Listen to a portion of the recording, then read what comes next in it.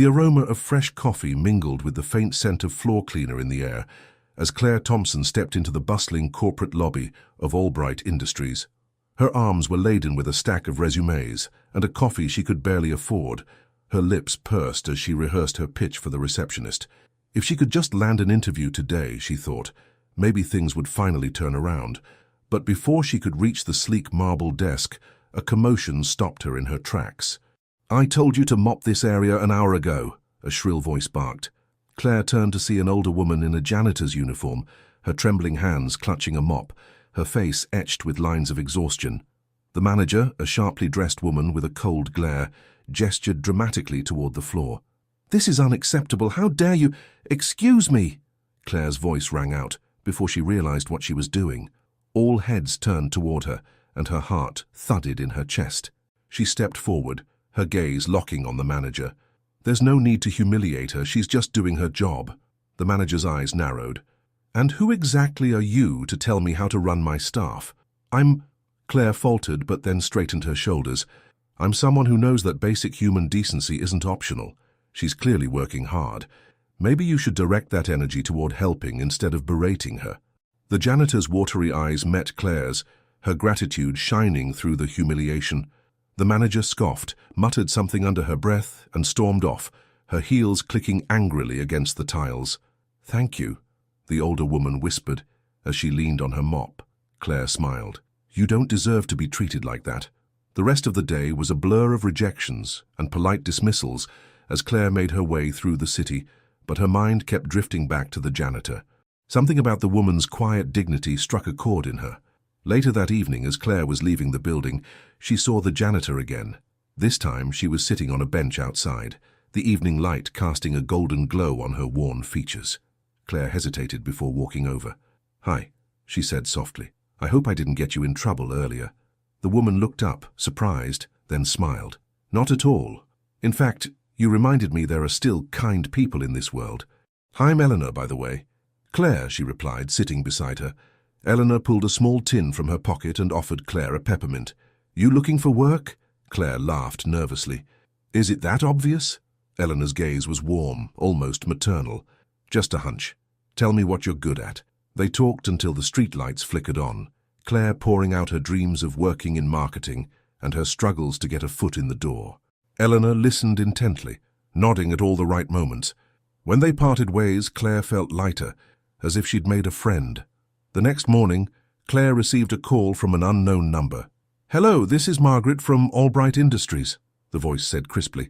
"We'd like to invite you for an interview this afternoon." Claire's heart raced.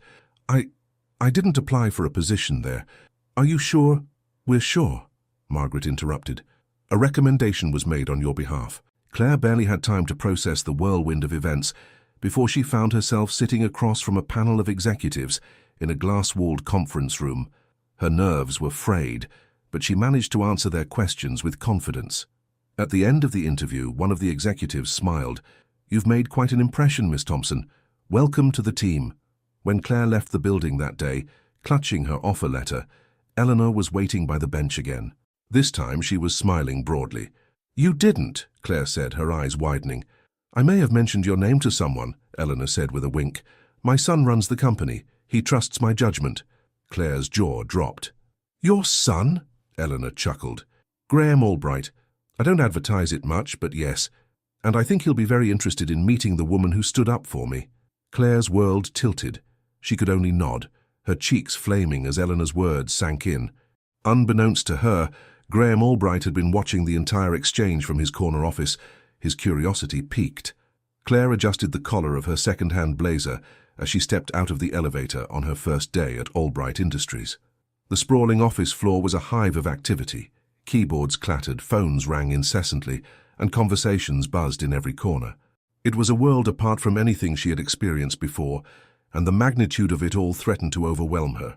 She had barely taken 3 steps when Margaret, the poised woman who had called her for the interview, appeared at her side.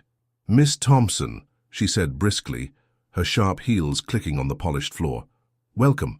Let me show you to your desk." As Claire followed Margaret through the maze of desks and glass-walled offices, she felt the weight of dozens of curious eyes. Whispers trailed behind her like a faint breeze. She wasn't sure if they were discussing her lack of experience or the peculiar fact that she'd landed this job without even applying. Her desk was modest, but strategically placed near a panoramic window that offered a stunning view of the city. Margaret handed her a folder filled with onboarding documents. This should cover everything you need for now. If you have questions, don't hesitate to ask. Oh, and Margaret's expression softened slightly. Mr. Albright requested to meet with you later this afternoon. Claire's stomach flipped. She nodded mutely, clutching the folder like a lifeline as Margaret disappeared into the chaos of the office. She spent the morning familiarizing herself with her tasks, but her thoughts kept drifting to Eleanor. The woman had been so humble, so unassuming, and yet she held the key to this massive corporation. It was surreal to think that the kindly janitor she had defended was the mother of Graham Albright, one of the most powerful men in the city. By lunchtime, Claire's nerves were frayed. She had managed to avoid conversation with her colleagues, but her reprieve ended when a man about her age approached her desk. He had dark, wavy hair and an easy smile that immediately set her at ease. "You must be the new hire," he said, extending a hand. "I'm Lucas, Marketing Department." "Claire," she replied, shaking his hand. "Let me guess," he said, leaning against her desk. "You're wondering why everyone's staring at you." She laughed nervously. "Is it that obvious?" Lucas grinned. "Don't worry about it. This place loves gossip. New faces always get the treatment, but you'll be old news by next week." His friendly demeanor helped Claire relax, and before long they were chatting about the company. Lucas shared tips on navigating office politics and gave her a rundown of the key players in the building. "Have you met Graham Albright yet?" he asked casually. "Not yet," Claire said, her voice catching slightly. Lucas raised an eyebrow. "He's a tough one to figure out, brilliant but very private. You're lucky if he even remembers your name." Claire's unease grew, but she forced a smile. "Good to know. Thanks for the heads up." When the time came for her meeting with Graham, Claire felt like she was walking into the lion's den. She smoothed her blazer for the 100th time as she stepped into his office, her heart pounding so loudly she was certain he could hear it. The office was a stark contrast to the bustling chaos of the main floor. It was spacious and minimalist, with sleek furniture and a wall of floor-to-ceiling windows that offered a breathtaking view of the skyline. Behind a massive oak desk sat Graham Albright. He looked up from his laptop as she entered, his piercing blue eyes locking onto hers. For a moment she was struck by how different he seemed from the cold, untouchable CEO she had imagined. His expression wasn't unkind, but it held an intensity that made her feel as though he could see straight through her. "Miss Thompson," he said, rising to shake her hand. His voice was deep and measured.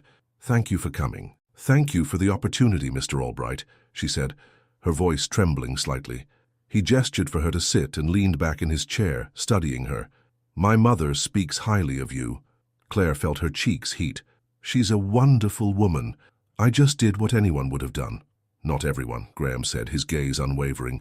"She's had her share of encounters with people who lack compassion." Claire nodded, unsure of what to say. "I'm curious," he continued. "What made you stand up for her that day?" Claire hesitated, choosing her words carefully. "I've seen people in my own life treated unfairly because of their circumstances. It didn't seem right to stay silent." Graham's expression softened, and for a brief moment she thought she saw a flicker of admiration in his eyes. "We need more people like you in this world," he said quietly. Over the next few weeks, Claire settled into her role, but her interactions with Graham lingered in her mind. Despite his initial formality, he occasionally stopped by her desk to check on her progress or ask for her input on projects. These moments were fleeting but enough to fuel the growing curiosity and undeniable attraction she felt toward him. Eleanor remained a constant presence in her life too. The older woman often invited Claire to lunch or slipped her little notes of encouragement. Their bond deepened, and Claire began to see Eleanor as a surrogate mother, someone who genuinely cared for her well-being. One afternoon, as they sat together in a small cafe, Eleanor gave her a knowing smile. "You like him, don't you?" Claire nearly choked on her tea. "What? No, I mean, he's my boss. That would be inappropriate." Eleanor chuckled. "I've known my son all his life. He's drawn to people who challenge him, who make him think. And you, my dear, do both." Claire's cheeks burned. "It's not like that," she insisted, but even as she said it, she couldn't shake the feeling that Eleanor might be right. The next day, Claire arrived at work to find the office abuzz with excitement. Rumors swirled about a major announcement Graham was set to make later that afternoon. Lucas stopped by her desk, grinning. "Big day, huh? Word is this could change everything." "What do you mean?" Claire asked, her curiosity piqued. "No one knows for sure, but Graham's been working on something huge. If this goes well, it could put Albright Industries on the map in a way we've never seen before." When the announcement finally came, it was nothing short of groundbreaking. Graham unveiled a new initiative aimed at making the company's technology accessible to underprivileged communities, a move that was both bold and unexpected. As the room erupted in applause, Claire couldn't help but feel a swell of pride. She caught Graham's eye from across the room, and for a brief moment their gazes locked. There was something unspoken in his expression, a connection that sent a thrill through her. But as the applause died down, the moment was shattered by a sharp voice from the back of the room. "This is a mistake," a board member declared, his tone dripping with disdain. "You're jeopardizing the company's future for a pipe dream." Graham's jaw tightened, but his voice remained calm. "The future of this company lies in innovation and responsibility. If you can't see that, perhaps you're in the wrong place." The room fell silent, the tension palpable. As Claire watched Graham stand his ground, her admiration for him deepened, but she couldn't shake the feeling that this was only the beginning of the challenges they would face, both professionally and personally. The fallout from Graham's bold announcement at the company meeting rippled through the office like an aftershock. By the next morning, Claire could feel the tension in the air. Conversations were hushed, glances were furtive, and the usual hum of productivity seemed muted. "Did you hear about the board meeting last night?" Lucas asked as he leaned over the partition of Claire's desk. She shook her head. "No. What happened?" "They were at it for hours. Some of the senior members are furious with Graham. They think this initiative will tank the company's profits." Lucas's expression darkened. "They're even talking about removing him as CEO." Claire's chest tightened. "Can they do that?" "They can try," Lucas said grimly. "But Graham isn't the type to back down without a fight." The following days were a whirlwind of chaos and uncertainty. While Graham faced mounting pressure from the board, Claire found herself thrust into the heart of the storm. One afternoon, as she was reviewing marketing proposals, Graham appeared at her desk. "Claire," he said, his tone brisk but not unkind, "can I have a word?" She followed him to his office, her pulse quickening. Once inside, he closed the door and turned to face her, his expression a mix of determination and vulnerability. "I need your help," he said, and the weight of his words was evident in his voice. "Of course," she replied, surprised. "What can I do?" He handed her a folder. "This initiative is personal to me. My mother inspired it. She's always believed in giving back, in helping those who've been overlooked." Claire nodded, her heart swelling at the mention of Eleanor. "But the board needs more than ideals," he continued. "They need to see hard evidence that this will work. I want you to spearhead the campaign to win them over." Her eyes widened. "Me? You have fresh ideas, and you understand what this initiative stands for," he said firmly. "I trust you." His words sent a jolt through her. Despite the immense responsibility he was placing on her shoulders, she couldn't help but feel a spark of pride and something deeper. "I'll do my best," she promised. As Claire threw herself into the project, she faced a myriad of challenges. The marketing team was skeptical of her sudden rise in prominence, and some openly questioned her qualifications. "She's just here because of Graham," one of them muttered during a meeting, loud enough for Claire to hear. The comment stung, but she refused to let it derail her. Instead, she doubled down on her efforts, poring over data and crafting a campaign that she hoped would silence the critics. Eleanor remained a steady source of support. One evening, as they shared a quiet dinner at a small diner, Claire confided in her. "I don't know if I'm cut out for this," she admitted. "Everyone's watching me, waiting for me to fail." Eleanor reached across the table and placed a hand over Claire's. "You're stronger than you think, my dear. And Graham sees that too. Trust in yourself as much as he trusts in you." Claire smiled, her resolve strengthening. The turning point came during a critical presentation to the board. Graham stood at the head of the room, flanked by Claire and a team of analysts. The atmosphere was tense, the air heavy with skepticism. Claire took a deep breath as she stepped forward, clutching her notes. She began her presentation, outlining the initiative's potential impact with clarity and conviction. She presented data, testimonials, and projections, her voice steady despite the pressure. As she finished, There was a moment of silence. Then one of the board members spoke up. "This is impressive," he admitted reluctantly, "but it's still a risk." Claire met his gaze, her confidence unwavering. Every great success starts with a risk. But this isn't just about profits. It's about creating a legacy, one that aligns with the values this company was built on. Her words hung in the air, and for a moment she thought she saw a flicker of approval in the man's expression. Later that evening, as the team celebrated their hard-earned victory, Claire found herself alone on the office balcony. The city lights stretched out before her, and the weight of the past few weeks began to lift. "Penny for your thoughts." Graham's voice broke the silence. She turned to see him standing there, his hands in his pockets, his expression unreadable. "I was just thinking about how far we've come," she said with a small smile. He stepped closer, his gaze softening. "You were incredible in there. I couldn't have done this without you." Her cheeks flushed. "I just wanted to make you proud." "You've done more than that," he said, his voice low. "You've shown me what it means to believe in something, and someone." For a moment neither of them spoke, the unspoken connection between them growing stronger. But before either could say more, the sound of a phone ringing interrupted the moment. Graham glanced at his phone, his expression darkening as he answered. "What is it?" he said sharply. Claire watched as his face grew tense. When he ended the call, he turned to her, his jaw clenched. "There's been an emergency," he said. "It's my mother." They rushed to the hospital, their hearts pounding with fear. Eleanor had collapsed at work, and the doctors were running tests to determine the cause. When they arrived, they found her sitting upright in a hospital bed, looking pale but cheerful. "Stop fussing," she said, with a weak smile as Graham hugged her tightly. "I'm fine." But Graham wasn't convinced. "You're not fine, Mom. You shouldn't even be working. Why didn't you tell me you weren't feeling well?" Eleanor sighed. "I didn't want to worry you. Besides, I enjoy my work." Graham shook his head, his frustration evident. "You shouldn't have to work at all. Let me take care of you." Eleanor placed a hand on his cheek. "You already do, my dear, in more ways than you realize." Claire stood quietly by the door, her heart aching at the sight of their bond. It was clear how much they meant to each other, and she felt a renewed sense of gratitude for Eleanor's presence in her life. As the days passed, Eleanor recovered, but the experience left a lasting impact on all of them.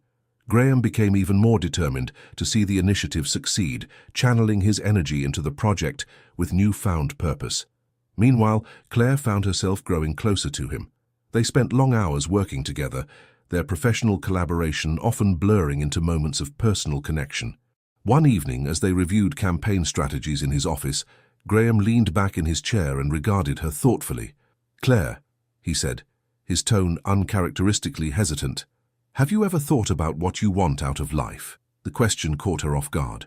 "I suppose I want what everyone does," she said slowly.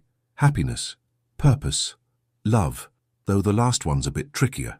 He smiled faintly. "Why do you say that?" She hesitated, then shrugged. "It's just hard to find someone who sees you for who you really are, flaws and all." Graham's gaze intensified. "I think the right person would see everything, and love you all the more for it." Her breath caught, and for a moment, the air between them seemed charged with unspoken emotion. But before she could respond, a knock at the door interrupted them. As the night wore on, Claire couldn't shake the feeling that something between them had shifted. The weeks following Eleanor's hospitalization passed in a blur of late nights and high-stakes meetings. The initiative Graham and Claire had championed was finally gaining traction, silencing even the harshest critics on the board. Yet amidst the professional triumphs, Claire couldn't ignore the growing tension between her and Graham. Their stolen glances and lingering conversations hinted at something unspoken, but neither dared to cross the invisible line that separated them.